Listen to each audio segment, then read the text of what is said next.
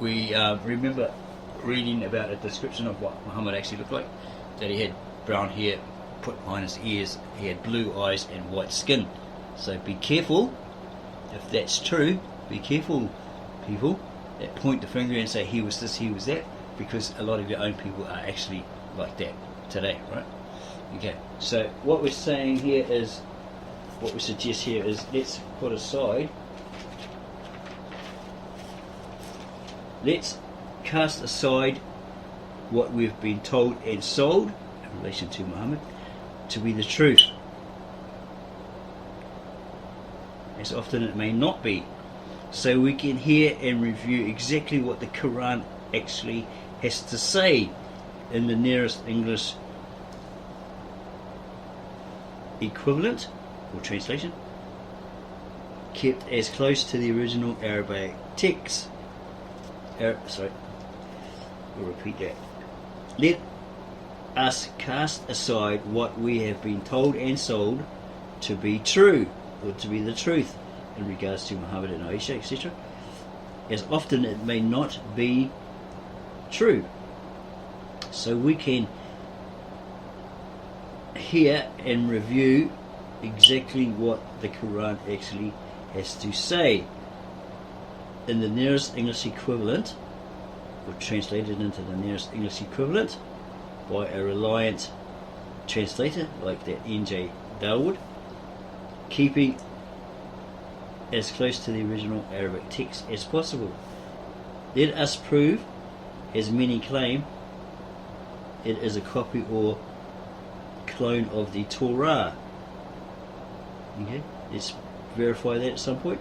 And the claim that the Prophet Muhammad was this or that in regards to Aisha, accusingly, as we get the impression that it is merely of or from a faction who have a hidden motive or agenda, or propagandists, right, who want to soil that particular religion.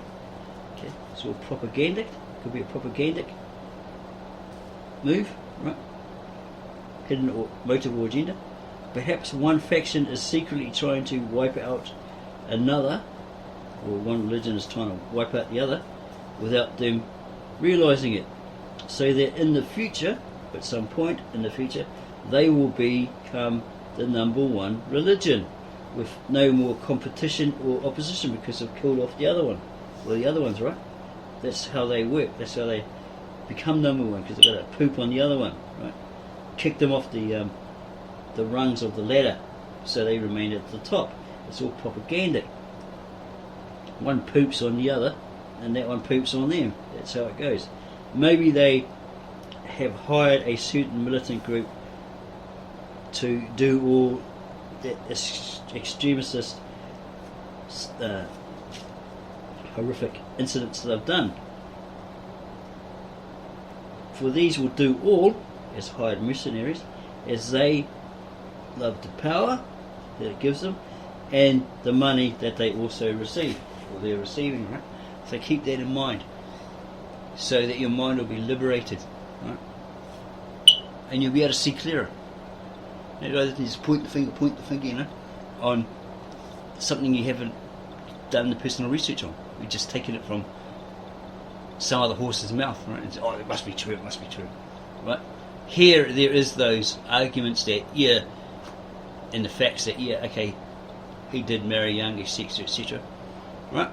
But in those days, it's a completely different era, different mindset, you know, etc., for different reasons. Okay? Accusation of adultery. Aisha says she was a bit upset because he was always talking about his first wife, and she was such and such, and from her I had children. Aisha and Muhammad would often have races with each other. I had a race with him, the Prophet, and I outstripped him on my feet. When I became fleshy, or she got a bit fatter, gained some weight, she raced the Prophet, and he outstripped her. He said, this is for that, outstripping. So they got on really well. Aisha was jealous of Khadija bint Khuwaylid, Muhammad's first wife, saying, I did not feel jealous of any of the wives of the prophets as much as I did of Khadijah, though I did not see her, because she was long dead. The Prophet used to mention her very often, and whenever he slaughtered a sheep, he would cut its parts and send them to the women friends of Khadijah. When she sometimes said to him, you treat Khadijah in such a way as if there is no woman on earth except Khadijah, he would say, Khadijah was such and such. And from her I had children. There you go. So that's the only thing that sort of upset her, right?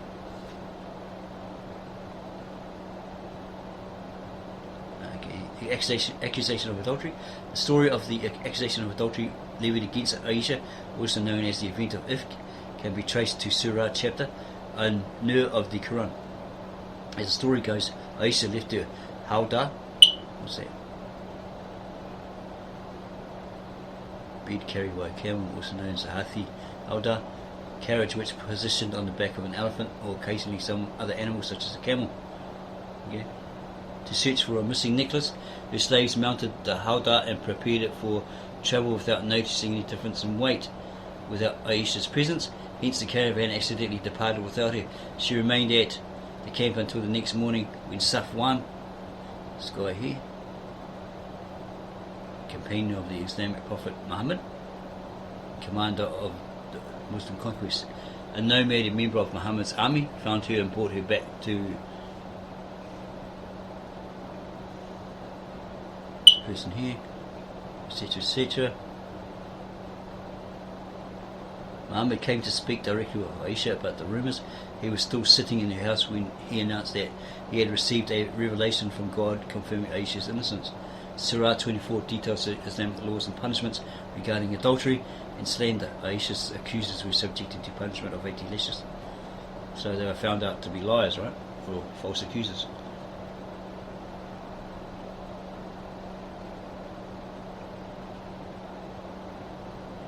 There's the death of Muhammad.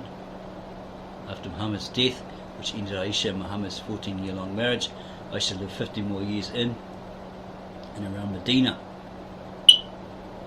Okay, and she spent most of her time learning and acquiring knowledge of the Quran and the Sunnah of Muhammad. Aisha was one of 3 wives, the other 2 being Hafsa bint Umar and Salama, who memorized the Quran. Like Hafsa, Aisha had her script of the Quran written after Muhammad's death. During Aisha's life, many prominent customs of Islam, such as veiling of women, began. Aisha's importance to revitalizing the Arab tradition and leadership among the Arab women highlights her magnitude within Islam. Aisha became involved in the politics of early Islam in the first 3 caliphates' reigns, Abu Bakr, Umar, and Uthman or Uthman. During a time in Islam when women were not expected or wanted to contribute outside the household, Aisha delivered public speeches, became directly involved in a war and even battles, and helped both men and women to understand the practices of Muhammad. So maybe she created and enforced the hijab, is it? The veiling?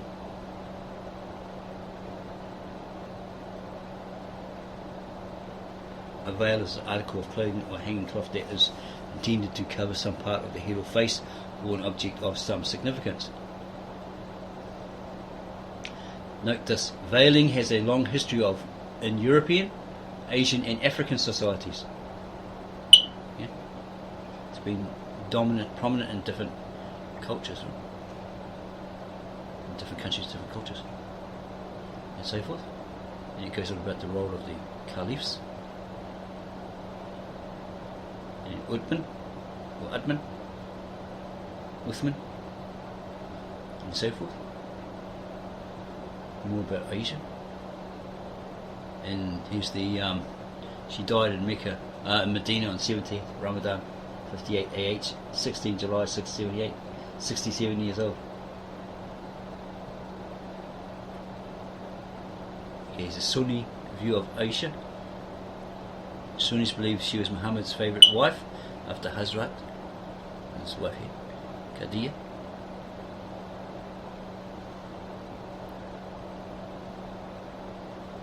According to Sunni Hadith reports Muhammad saw Aisha in 2 dreams, in which he was shown that he would marry her. Shiite view of Aisha. The Shia view, Shia Islam or Shiism, second largest branch of Islam. Their view on Aisha is different than Sunni. They criticize her for opposing Ali during his caliphate in the Battle of the Camel, when she fought men from Ali's army in Basra.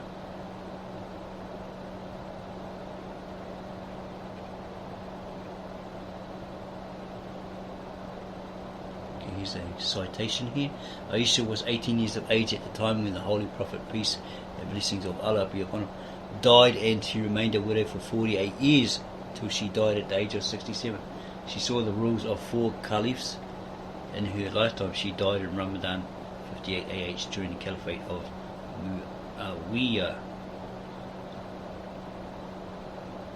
Seeing the references here.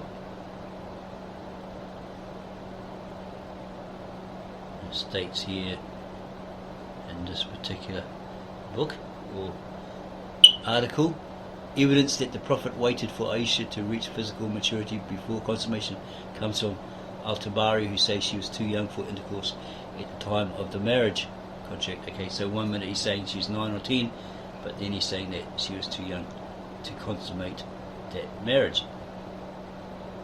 Make it official, huh? This is Esma Balas, 2012, Believing Woman in Islam and Reading Patriarchal Interpretations of the Quran, University of Texas Press, page 126. On the other hand, however, Muslims who calculate Aisha's age based on details of her sister Esma's age, about whom more is known, as well as details of the Hijrah, the Prophet's migration from Mecca to Medina, maintain that she was over 13 and perhaps between 17 and 19 when she got married. Such views cohere with those ahadith that claim that at her marriage Aisha had good knowledge of ancient Arabic poetry and genealogy, and pronounced the fundamental rules of Arabic Islamic ethics. Okay, so that's like trying to state a fact or trying to throw you off course. With this poetry thing having nothing really to do with that. Here's some cited works. Further reading. Okay. You have a look at the word consummation to verify what it actually means.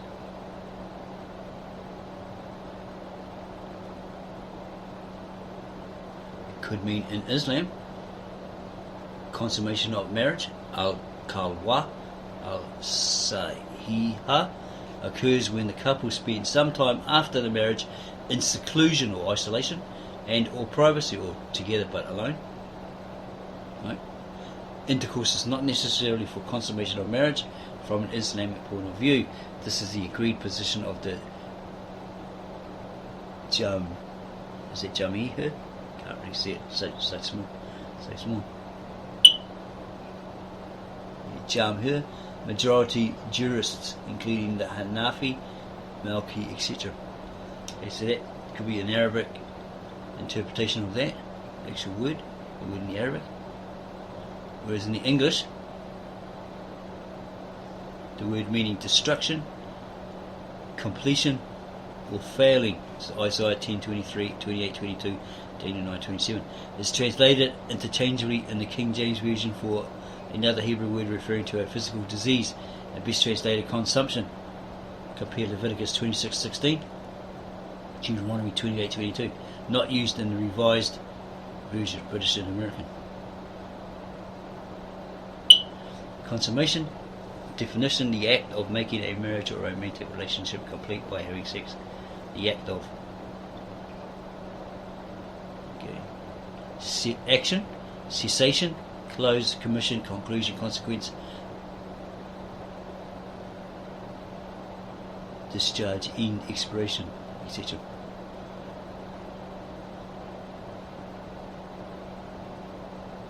The act of consummating, fulfillment, an ultimate goal or end.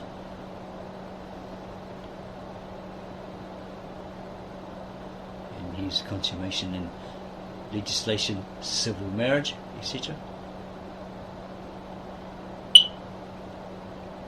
and so forth. So, we're hoping that you found this interesting.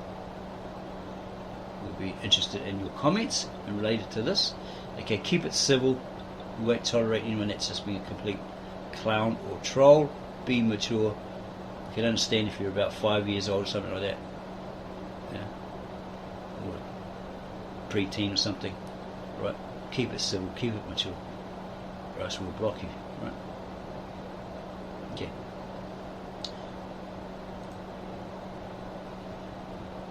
The cow. In the name of God, the compassionate and merciful. This book is not to be doubted. It is a guide for the righteous who believe in the unseen and are steadfast in prayer, who give in alms from what we gave them, who believe in what has been revealed to you and what was revealed before you, and have absolute faith in the life to come. These are rightly guided by their Lord. These shall surely triumph. As for the unbelievers, it is the same whether or not you forewarn them. They will not have faith. God has set a seal upon their hearts and ears. Their sight is dimmed, and grievous punishment awaits them. There are some who declare, we believe in God and the last day, yet they are no true believers. They seek to deceive God and those who believe in him, but they deceive none save themselves, though they may not perceive it. There is a sickness in their hearts, which God has aggravated. They shall be sternly punished for the lies they tell. When they are told, you shall not do evil in the land, they reply, surely we are doing only what is good, but it is they who are the evildoers, though they may not perceive it. And when they are told, believe as others believe, they reply, are we to believe as fools believe? It is they who are the fools, if they but knew it. When they meet the faithful, they declare, we too are believers. But when alone with their devils, they say to them, we follow none but you, we were only mocking. God will mock them and keep them long in sin, ever straying from the right path. So again, we hope that you enjoyed this video, that it brought some light, right? As we suggested, let's cast aside our bias, prejudices, our hatred, etc. Told us, sold us by the media in regards to 9/11, etc., etc. Whether it be true or not that they actually did those atrocities, or it's just someone in power trying to put the blame on somebody else, right, when they did it themselves, etc., etc. So we can see, we could be totally liberated in the mind, you know, and treat those who are faithful followers of Islam, the Muslims, etc., not the ones that are like, you know, totally bomb mad, etc., etc., as human beings, because at the end of the day, that's what they are. We're all on the same planet. There's plenty of dirt in the sandpit that we can play with, right? You know, there's no need for this constant bickering, fighting, infighting, outfighting, you know, bias, prejudice, racism, hatred, etc. Why can't we all get on? We're all on the same planet. We can't get off the planet, apparently. So yeah, why make life hell for other people, right? And vice versa. Let's think, act, and talk maturely, right? Get together as one person, as one people, human beings, right? It's one way to change the world, or at least change the world of the people around you. Okay, so we are the Ministry of Real Truth, bringing you the real truth, the whole truth, and nothing but that truth. No hype, no fluff, no other BS. Right. So subscribe to us, add your comments, give us a like. We want to keep your comments mature, or else you'll face our wrath. Yeah, and then share this video with your Muslim, Christian, Jewish friends, neighbours, family, strangers, etc. and tell them to come and look at our channel, the Ministry of the Real Truth.